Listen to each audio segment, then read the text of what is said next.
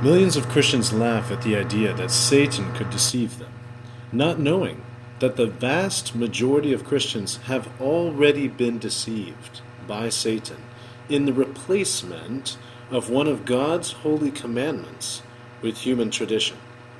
They have been deceived to believe that it is acceptable to God to replace the keeping of the fourth commandment regarding the seventh-day Sabbath with the human tradition of Sunday keeping.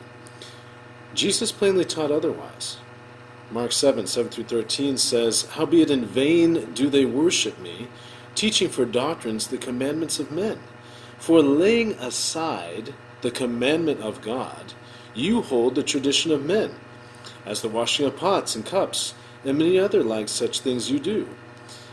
And he said unto them, "Full well you reject the commandment of God, that you may keep your own tradition.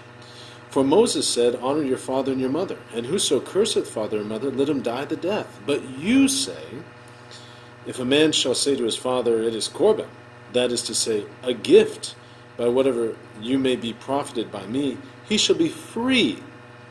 And you suffer him no more to do aught for his father or his mother, making the word of God, the commandment, Thou shalt honor thy father and thy mother, of none effect through your tradition," their teaching, "which you have delivered, and many such like things you do."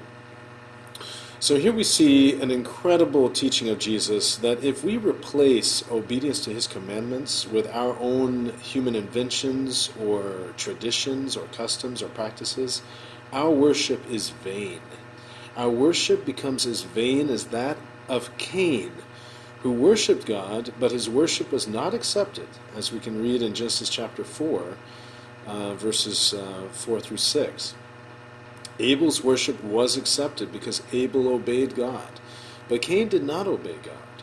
So now we see two brothers, two representing two views of Christianity, two views or ways of approaching God in worship, as representative of the Christian world. The vast majority are like Cain. They worship God according to tradition, and their worship is vain, and their worship is not accepted. It doesn't matter how sincere they are. If we worship God by replacing his commandments with our own traditions, we are not showing him honor in our worship. Better to be as Abel, and to worship God in obedience to all of his commandments. Then our worship will be accepted to him.